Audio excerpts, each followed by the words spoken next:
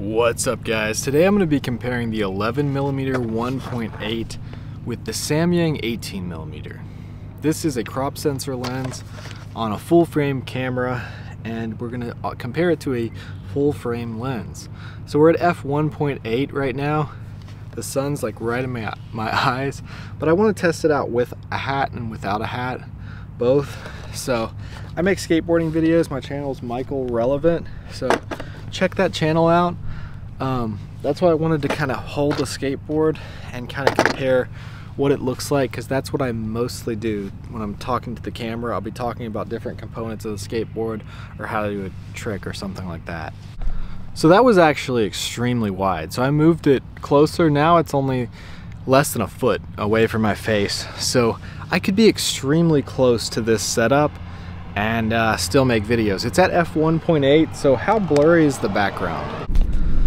So now here's a quick test walking with the 11mm 1.8. Now I know I was backlit right there, but now I don't know where the shadow is, but I should be looking pretty good. I'm holding it about arm's length away. I could go a little bit farther if I had to, but I don't think I do with this setup. So now we've got the full frame lens. This is the 18mm 2.8, and it's about the same distance as the last shot, but it's going to be cropped in a little bit more because, you know, it's 18 compared to 11. We were at 1.4 times crop before. I wasn't quite in APS-C mode. That's a 1.5 times crop, but I was zoomed in 1.4 times. So how does this look compared to that? I would test it out with a hat as well, because it looks different with and without a hat on lenses. You know, I wear a hat a lot of the times in the summer when I'm trying to make videos, and that's coming up now. So yeah, how does that look? Right, so here's the 18mm 2.8 walking. I'm also going to test these out on the Zv-E10. I want to see what that looks like compared to the A7iii. We're shooting on the A7iii now, full frame, and now we're going to go on to an APS-C camera. So now we're on the 11mm 1.8 on the Zv-E10.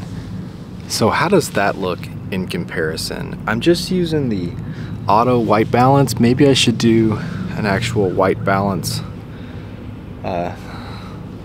custom set. So now we've got active stabilization on, and I'm hand holding the camera, so you can see it's zoomed in a little bit more with that active stabilization. I think with the 18mm on this camera with active stabilization, it'd probably be a little too tight. I might not be able to use it, because it's, even on the 18, I mean even on the 11, it's pretty tight. So I've got the sunny weather daylight white balance now. I don't know if my car will work for a white balance test. It might. So I use my car to set a custom white balance since it's white. How does that look in comparison to the other two white balances that I've had in this video? So just for a test, this is what active stabilization looks like on the 18mm on the Zv-E10. So you can see it crops in quite a bit. I'm holding it at arm's length. So this would be a hard one to use for this kind of a shot. Be a little bit too tight for a vlogging scenario.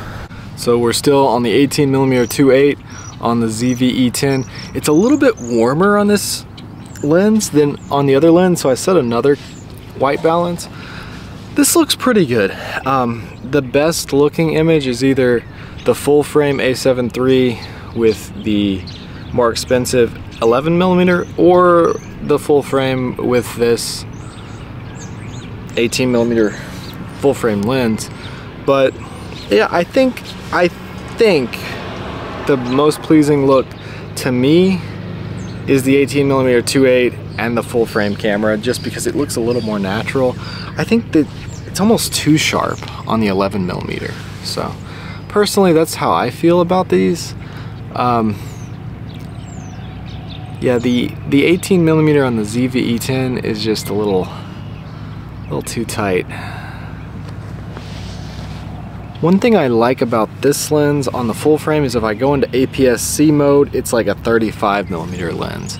so that's pretty useful too. So hope you guys enjoyed this video. If you like this kind of content, scroll through my channel, check out my other videos, and hit that subscribe button because I got a lot more videos to come. Thanks for watching.